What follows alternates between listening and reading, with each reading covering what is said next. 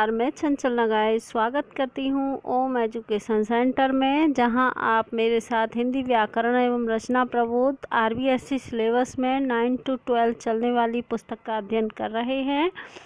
हम संधि पढ़ रहे थे और स्वर संधियाँ हमने ट्रिक के साथ बड़े अच्छे से कर ली थी। आगे नेक्स्ट हम व्यंजन संधि स्टार्ट करें उससे पहले आप चैनल को सब्सक्राइब करिए। सब्सक्राइब कर लिया हो तो बेल आइकन प्रेस करिए।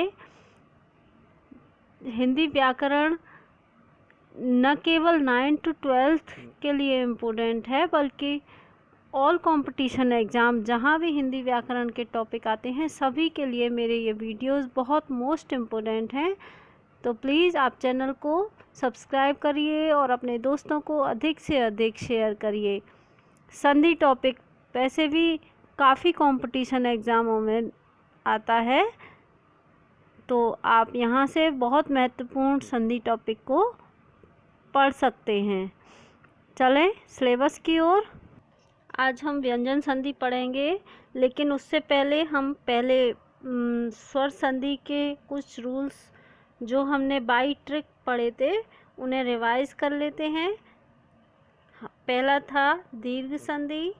दीर्घ संधि की पहचान, दीर्घ संधि की पहचान होती है क्या कि शब्द के बीच में दीर्घ स्वर का आना।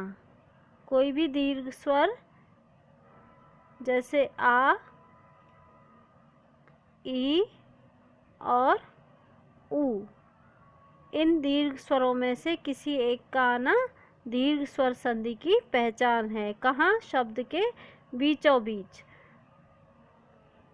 इधर से स्वर और इधर से भी स्वर समान वर्ग का, तो ये मिलकर क्या बन जाते हैं? दीर्घ स्वर। दूसरी थी गुण संधि। दूसरी क्या थी? गुण संधि। गुण संधि। तो गुण संधि की पहचान क्या है कि गुण संधि अर्थात इधर से स्वर, इधर से भी स्वर, परंतु दोनों कैसे? असमान स्वर। और असमान स्वर होने पर क्या बनेगा? असमान से मतलब इधर तो आ या आ हो, आ या आ हो, लेकिन इधर तो आ या आ हो, परंतु इधर ई उ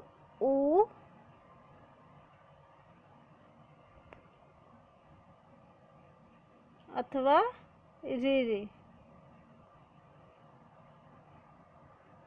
तो क्या आएगा? पहचान क्या बताई थी मैंने कि शब्द के बीचों बीच इधर से भी स्वर और इधर से भी स्वर, बीच में संधि हुई तो शब्द के बीचों बीच क्या होगा? या तो ए होगा, या ओ होगा, या अर होगा। क्या होगा? एक चोटी। संधि नाम की लड़की, ध्यान आया? संधि नाम की लड़की जिसका गुण क्या है? एक चोटी। नेक्स्ट वृद्धि संधि पढ़ी थी, तो वृद्धि संधि में क्या था? वृद्धि संधि में आ अथवा आ प्लस दीर्घ स्वर हैं, ये भी ए, आई, ओ, औ जैसे स्वर आएंगे तो ये क्या होगा? जब संधि नाम की लड़की का गुण एक था, क्या था? एक चोटी, उसमें वृद्धि हो गई, वृद्धि संधि हो गई, तो क्या हो गया, दो चोटी, वृद्धि संधि दो चोटी। यही ट्रिक थी ना। और यण, यण तो नाम से ही स्पष्ट है। यण, यण में क्या था कि बीच में या हो, वा हो या रा हो, इनसे पहले क्या होगा, आधा वर्ण। ये पहचान बता रही हूँ मैं आपको शॉर्ट में। इसके लिए आप पहला वीडियो मेरा संधि का आपने नहीं देखा है तो देख लें। ये तो मैं शॉर्ट में इसको रिवाइज करवा रही हूँ। आधा वर्ण, आधा वर्ण कोई भी इनसे पहले या वह र से पहले, तो ये यण संधि। अयादि पहचानने में ही दिक्कत आती है ना कंपटीशन एग्जाम में, इसलिए अयादि, अयादि में बीच में आपको आय, आय, अब, आव आदि शब्द दिखेंगे तो वो अयादि संधि होगी। अब नेक्स्ट आज का टॉपिक व्यंजन संधि पढ़ते हैं। व्यंजन संधि में हिंदी में कुल 12 नियम हैं, जल्दी से कंप्लीट कर लेंगे। व्यंजन संधि में एक व्यंजन का किसी दूसरे व्यंजन से अथवा स्वर से मेल होने पर दोनों मिलने वाली ध्वनियों में विकार उत्पन्न हो जाता है। या तो व्यंजन क्या होगा, एक व्यंजन से दूसरे व्यंजन का मेल होगा, अथवा दूसरे व्यंजन से स्वर का मेल होगा, तो क्या होगा, दोनों ध्वनियों में विकार उत्पन्न हो जाएगा। इस विकार से होने वाली संधि को क्या कहेंगे, व्यंजन संधि कहेंगे। नियम देख लेते हैं। पहला नियम है, यदि प्रत्येक वर्ग के पहले वर्ण, वर्ग आप जानते हैं, क वर्ग, च वर्ग, ट वर्ग, प वर्ग, त वर्ग, 5 वर्ग होते हैं। इस तो यदि प्रत्येक वर्ग के पहले वर्ण कौन से क, च, ट, त, प के बाद किसी वर्ग का तीसरा या चतुर्थ वर्ण आए, अथवा या, र, ल, व हो, या कोई अन्य स्वर आए, तो क, च, ट, त, प के स्थान पर अपने ही वर्ग का तीसरा वर्ण अर्थात ग, ज, ड़ क्या क्रमशः, ये क्रमशः क के स्थान पर ग, च के स्थान पर ज, ट के स्थान पर र, द किसके स्थान पर, त के स्थान पर द, और प के स्थान पर व हो जाएगा। जैसे उदाहरण दे रखे हैं, वाक प्लस ईश, वाक प्लस ईश, का काय में बदल गया, का किस में बदल गया, ग में, बागीश।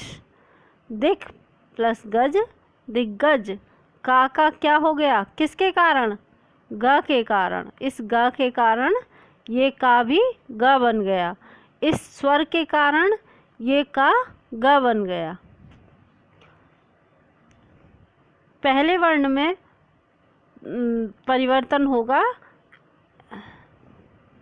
दूसरा ऐसे का ऐसे ही रहेगा, तो पूर्व वर्ण में परिवर्तन होगा। सत वाणी, सदवाणी, वाक दान, तो वाक दान का किसके कारण हो गया, ये तीसरा वर्ण है, इसके कारण, इस तीसरे वर्ण के कारण ये का दा में परिवर्तित हो गया और वागदान हो गया। इसी प्रकार अच अंत, अचंत, चा काय में परिवर्तित हो गया अंग के कारण जा में, अ के कारण, तो अ क्या है, स्वर है, इस स्वर के कारण। इसी प्रकार नेक्स्ट है अप प्लस ईंधन। पा किस में परिवर्तित हो गया? बा में, अविंधन। तत्रूप, तद्रूप। ये उदाहरण आपको ज्यों की त्यों मिल जाते हैं कंपटीशन में और हम चकरा जाते हैं कि ये कहाँ से आ गया। ये ऑफिशियल बुक है तो यहाँ से ज्यों की त्यों उदाहरण भी उठा लिए जाते हैं। तो उदाहरण आप बहुत ध्यान से देखिए। जगत प्लस आनंद, जगदानंद। शप प्लस द, शब्द। शप प्लस द, पा का ब बन गया, पा का पा वर्ग का तीसरा व। इसी प्रकार दूसरा नियम है, यदि प्रत्येक वर्ग के पहले वर्ण अर्थात क च ट प के बाद न या मा आए तो क च ट त प अपने वर्ग के पंचम वर्ण अर्थात कौन से पंचम वर्ण? ये पंचम वर्ण। फिर वही क्रम चलेगा, का ड़ा में परिवर्तित हो जाता है, च या में, ट णा में, इसी प्रकार त न में और प मा में परिवर्तित हो जाता है। कब हो जाता है? जब इन पांचों के बाद इससे मेल हो, ना और माँ आए तो। जैसे वाक्मय तो क्या होगा? वांग्मय। षटमास, षडमास। जगन्नाथ, जगन्नाथ। ना आया तो ता का अंतिम वर्ण कौन सा है? ता वर्ग का न, तो ता किस में परिवर्तित हो गया? न में। अपमय, अमय। प वर्ग का अंतिम वर्ण कौन सा है? माँ, और यहाँ भी माँ, तो यहाँ क्या हो गया? अमय। इसी प्रकार तीसरा है नियम, यदि माँ के बाद कोई स्पर्श व्यंजन आए तो माँ जुड़ने वाले वर्ण के वर्ग का पंचम वर्ण या अनुस्वार हो जाता है। यदि माँ के बाद क्या हो? माँ के बाद कोई भी स्पर्श व्यंजन, स्पर्श व्यंजन कौन से होते हैं? का से माँ तक, का से माँ तक जो पांचों वर्ग होते हैं, का वर्ग, च वर्ग, ट वर्ग, ता वर्ग और प वर्ग, इनमें जितने भी व्यंजन होते हैं सभी स्पर्श व्यंजन कहलाते हैं। तो माँ के बाद यदि पहले माँ हो और उसके बाद कोई भी स्पर्श व्यंजन आए तो माँ जुड़ने वाले वर्ण के वर्ग का पंचम वर्ण बन जाता है या अनुस्वार बन जाता है। जैसे अहम प्लस कार, तो अहंकार अनुस्वार बन गया। किंचित,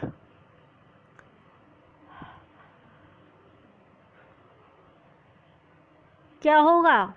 किंचित, किंचित। सम प्लस गम, संगम। सम प्लस तोष, संतोष। इसके अपवाद भी हैं। अपवाद क्या हैं? सम प्लस कृत, संस्कृत। ये क्या है? अपवाद। ये इस नियम का अपवाद है, ये इस नियम का अपवाद है।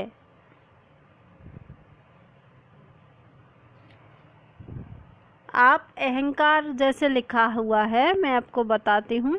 ये अहंकार जैसे लिखा है, आपने ऐसे लिख दिया, ये भी ठीक है। और यदि आप इसको ऐसे लिख दें, अहंकार,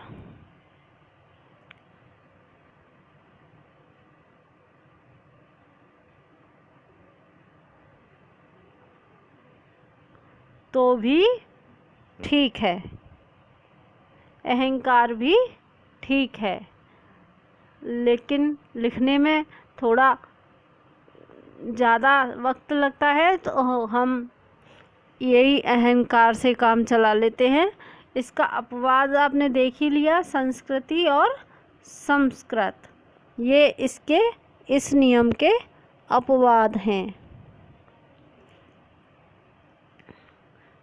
नेक्स्ट है, यदि माँ के बाद या, रा, ला, व, श, ह, यदि माँ के बाद या, रा, ला, व, श, ह में से किसी भी वर्ण का मेल हो तो क्या होगा? तो माँ के स्थान पर अनुस्वार ही लगेगा। इस माँ के स्थान पर अनुस्वार लगेगा यदि यहाँ या है, रा है, वा है, शा है, श है, शा है, हा है, तो क्या होगा? माँ का अनुस्वार हो जाएगा। जैसे उदाहरण भी दे रखे हैं, सम प्लस योग, संयोग, सम प्लस रचना, संरचना, इसी प्रकार सम प्लस बाद, संवाद, सबका अनुस्वार बन गया। म सम प्लस हार, संहार, सम प्लस रक्षण, संरक्षण, सम प्लस लग्न, संलग्न, सम प्लस वत, संवत, सम प्लस सार, संसार। नेक्स्ट नियम है 5वां, यदि त या दा हो और उसके बाद क्या हो? ला रहे बाद में, तो ता या दा का ला बन जाएगा। जैसे यदि ता हो और दा हो, इधर प्लस के इधर तो ता या दा हो और इधर क्या हो? ला हो, तो ये ता और दा भी काय में ला में परिवर्तित हो जाएगा। जैसे उत प्लस लास, तो ता क्या बन गया? ला बन गया, उल्लास हो गया। उद प्लस लेख, तो दा क्या बन गया? दा भी ला में परिवर्तित हो गया, ला बन गया, तो क्या हो गया? उल्लेख। यदि ता या दा के बाद जा या झा हो, यदि ता या दा के बाद जा या झा हो, तो ता या दा जा में बदल जाएगा। चाहे जा हो चाहे झा हो, वो जा बन जाएगा। क्या? ता और दा। जैसे सत प्लस जन, तो ता का क्या हो गया? ता को हमने काय में कन्वर्ट कर दिया? जा में, जा में परिवर्तित हो गया। इसी प्रकार झा होने के कारण दा भी जा में परिवर्तित हो गया। सज्जन, उत, उद प्लस झटिका, उज्झटिका। इसी प्रकार यदि ता और दा के बाद शा हो तो क्या होगा? शा हो तो ता और दा का चा और शा का छा हो जाएगा।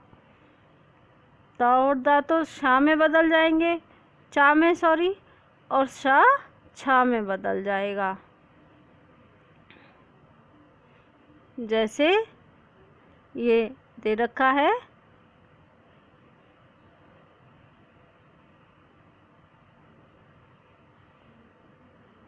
उद प्लस श्वास, उच्छ्वास, उद प्लस शिष्ट, उच्छिष्ट।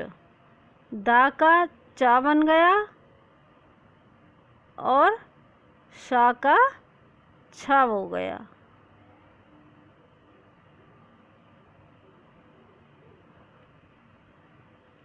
इसी प्रकार सतशास्त्र, सतशास्त्र को क्या लिखेंगे? सच्छास्त्र, सच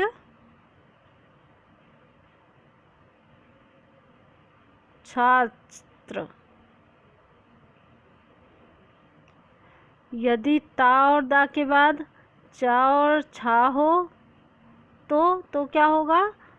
तो ता और दा सिर्फ चा में बदल जाएगा। यहाँ शा नहीं हो, यहाँ शा नहीं हो तो छा भी नहीं आएगा। यहाँ अगर कोई अन्य वर्ण हो और शुरू में क्या हो, ता और दा हो, और यहाँ चा या छा हो, तो क्या होगा, ये चा में परिवर्तित हो जाएगा। जैसे उद प्लस चारण तो उच्चारण, सत्य प्लस चरित्र तो सच्चरित्र, और यहाँ छा हो, जैसे चा ना होकर यहाँ छा हो तो भी क्या होगा, ये चा में ही परिवर्तित हो जाएंगे, दा और ता, दा और ता। इसी प्रकार अगला नंबर है नियम का, ता और दा के बाद यदि ह हो, एक शब्द हा रह गया, एक वर्ण हा रह गया, तो यदि हा हो तो क्या होगा, ता और दा के स्थान पर क्रमशः द हो जाएगा और हा के स्थान पर ध हो जाएगा। ता और दा को तो द कर देंगे और हा को ध कर देंगे। जैसे तदहित, तद्वित, तदहित का क्या बन गया, तद्वित। खोल के लिखते हैं इसको, तब पता चलेगा, ता और द, तद, तद, तद का क्या हो गया, दा है पहले से, और ता और दा के स्थान पर दा ही आएगा तो क्या हो गया, तद ही रहेगा। लेकिन यहाँ क्या है, हित, तो हित हा के स्थान पर धा आएगा तो क्या होगा, धित। अतः परिवर्तित रूप क्या हो गया, तद्वित। इसी प्रकार उद प्लस हार, उद्धार, दा है तो दा का तो दा ही रहेगा, ता होता तो दा बन जाता, लेकिन ता का तो दा का तो दा ही रहेगा, लेकिन हार, हार काय में बदल जाएगा, धार में। हार को क्या लिखेंगे, धार, तो यहाँ क्या हो गया, उद्धार। संस्कृत व्याकरण ग्रंथों में उद का प्रयोग श्रेष्ठ बताया गया है, जबकि हिंदी में उत का भी प्रयोग किया जाता है। जरूरी नहीं उद ही लिखा हो, उत भी लिखा रह सकता है, तो भी उद्धार ही बनेगा, उतहार।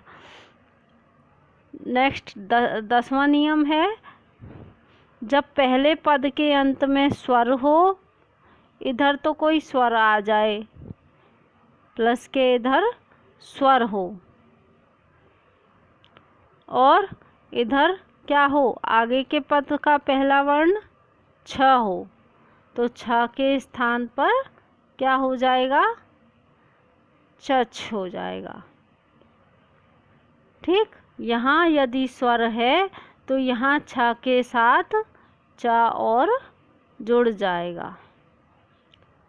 जैसे अनुच्छेद, अनुच्छेद, परिच्छेद, तो चा आगम हो गया, चा का, आच्छादन, आच्छादन, चा का आगम हो गया। नेक्स्ट नियम है, यदि किसी शब्द के अंत में आ या आ हो, प्लस के इधर तो क्या हो, आ हो, शब्द के अंत में, शब्द के अंत में, यानी कि आ या आ को छोड़कर कोई अन्य स्वर हो, यहाँ आ या आ नहीं हो, उसके अलावा कोई अन्य स्वर हो, और दूसरे शब्द के आरंभ में क्या हो, स हो, श हो, दंती सा, तो स के स्थान पर मूर्धन्य सा हो जाएगा। ये दंती सा जो है ये मूर्धन्य सा में परिवर्तित हो जाएगा। जैसे यहाँ आ या आ नहीं है, ई है, अभिषेक, तो क्या बन गया, अभिषेक। विषम तो विषम। निषिद्ध, निषिद्ध। सुषुप्ति, सुषुप्ति। नेक्स्ट लास्ट नियम है व्यंजन संधि का, ऋ, र, श के बाद जब कोई स्वर क वर्गीय या प वर्गीय वर्ण अनुस्वार अथवा य व ह में से कोई वर्ण आए, किसके बाद? ऋ, र और श के बाद क्या आए? कोई स्वर क वर्गीय या प वर्गीय या अनुस्वार वर्ण हो या र या और व हो या ह हो, तो क्या होगा? अंत में आने वाला वर्ण न से ण हो जाएगा। जैसे भर अन, तो रा है, रा के बाद स्वर आया है तो स्वर आ आया है, इसी कारण न का ण हो गया, भरण बन गया। भूष अन, तो यहाँ क्या है? या तो रि हो, र हो या श हो, मूर्धन्य श, तो यहाँ मूर्धन्य श है और इधर स्वर है आ, तो इसका क्या बन गया? न का ण हो गया, भूषण। इसी प्रकार रामायण शब्द बना है, इसी प्रकार प्रणाम शब्द बना है, प्रमाण शब्द बना है। प्रमाण संधि विच्छेद करेंगे तो प्रमाण लिखा जाएगा, जबकि संधि सहित क्या है? प्रमाण। नेक्स्ट है विसर्ग संधि। विसर्ग संधि तो बहुत सरल है, देखिए शुरू में क्या है? विसर्ग के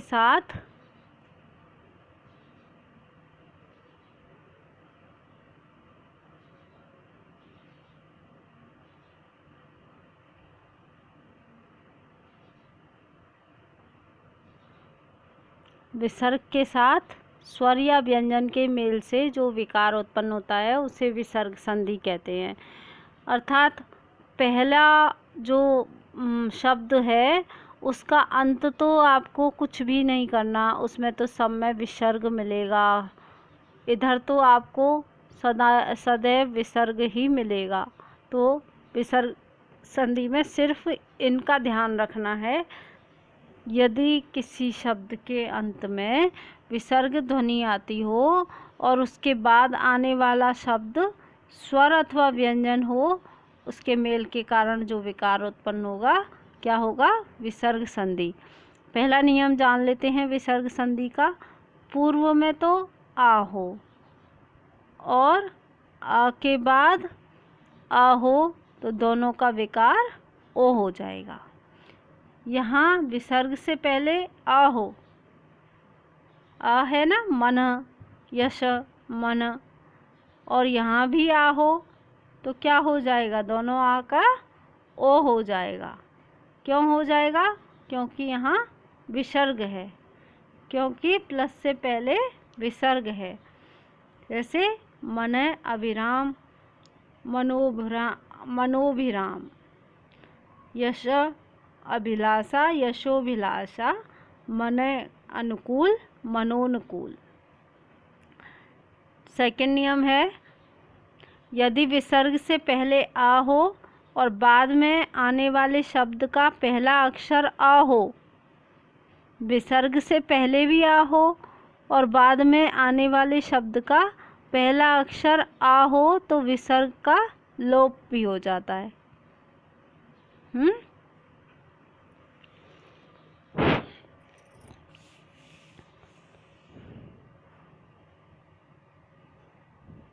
ये इसमें गलत दे रखा है, शायद प्रिंटिंग में मिस्टेक हो गई है। आ हो, पहला अक्षर क्या हो? बाद में आने वाले शब्द का पहला अक्षर आ को छोड़कर अन्य हो, आ को छोड़कर अन्य स्वर हो, अन्य स्वर। आ का नियम तो हमने पहले ही पढ़ लिया, यहाँ अन्य स्वर हो। इधर तो आ हो विसर्ग से पहले, किंतु यहाँ अन्य स्वर हो तो विसर्ग का लोप हो जाता है। जैसे अतएव, यश इच्छा, मनुच्छेद, ततएव और अन्य उदाहरण मैं आपको बाद में दिखा दूंगी, लिखवा दूंगी। जो इम्पोर्टेंट उदाहरण हैं, जो उनसे बाहर पेपर में कहीं भी नहीं आएगा। संधि के जितने भी टॉपिक्स जहाँ भी कंपटीशन एग्ज़ाम में आते हैं, उदाहरण आते हैं, वहाँ से अलग उदाहरण आपको नहीं मिलेगा। मैं ऐसे जो उदाहरण 10-20 जो सेलेक्टेड बहुत मोस्ट इम्पोर्टेंट हैं, वे मैं आपको एक बार दिखा दूंगी ये चैप्टर कंप्लीट होने के बाद। यदि विसर्ग के पहले आ हो, नेक्स्ट नियम पढ़ रहे हैं हम। यदि विसर्ग के पहले आ हो और बाद में क्या हो, किसी भी वर्ग का तीसरा चौथा वर्ण या फिर या रा ला वा कोई भी व्यंजन हो, तो विसर्ग का ओ हो जाता है। विसर्ग क्या हो जाता है? ओ। यहाँ आ प्लस आ के साथ विसर्ग हो और इधर क्या हो, तीसरा चौथा या रा लावा, या रा लावा, तो क्या होगा, इस विसर्ग का ओ बन जाएगा। जैसे तप प्लस वन, वन क्या है? तीसरा। व शब्द क्या है? तीसरा चौथा तो नहीं है, लेकिन यारा लावा में से एक है। इसी प्रकार अधगामी, गा क्या है? तीसरा वर्ण है अपने वर्ग का, तो यहाँ अधोगामी हो गया और यहाँ तपोवन हो गया। इसी प्रकार वय वृद्ध, वयोवृद्ध, अंततः गत्वा, अंततो गत्वा, मन विज्ञान तो मनोविज्ञान। नेक्स्ट नियम है, यदि विसर्ग के बाद आ के अतिरिक्त कोई अन्य स्वर हो अथवा किसी वर्ग का तीसरा चौथा और पांचवा वर्ण हो या र ल व ह हो, तो विसर्ग के स्थान पर क्या होगा? र हो जाएगा। देखिए, आ के अतिरिक्त आ ना हो, इधर विसर्ग के बाद आ ना हो, आ के अतिरिक्त कोई अन्य स्वर हो अथवा वर्ग का तीसरा चौथा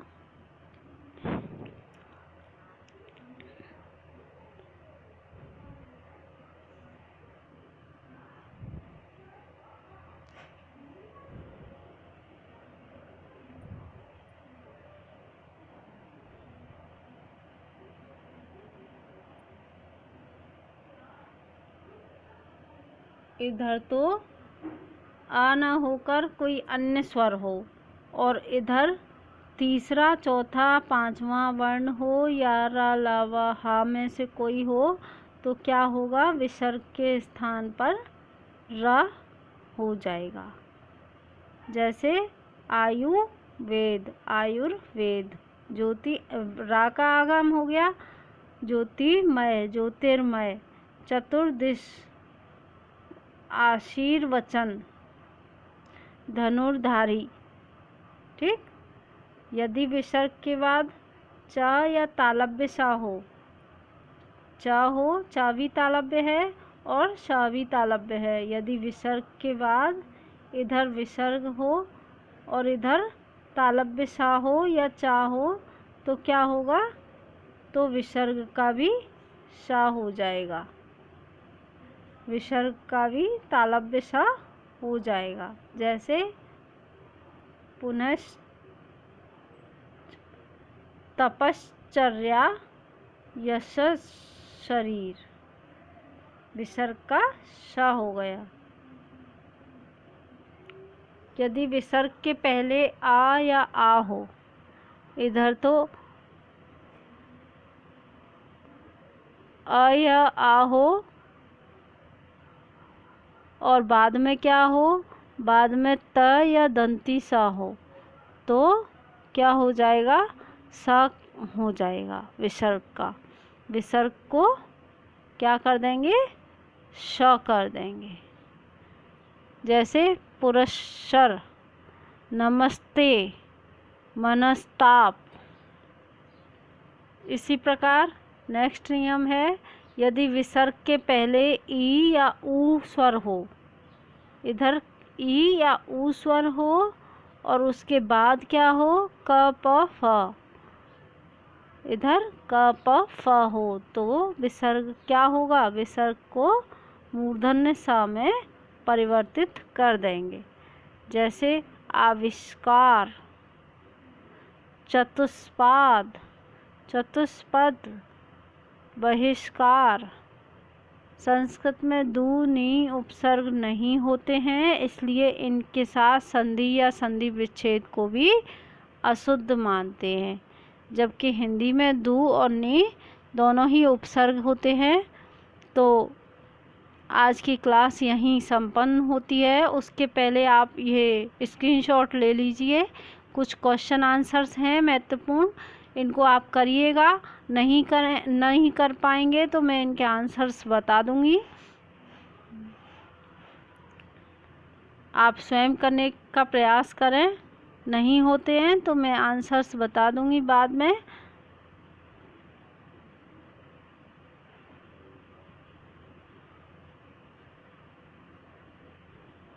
स्क्रीनशॉट ले लीजिए।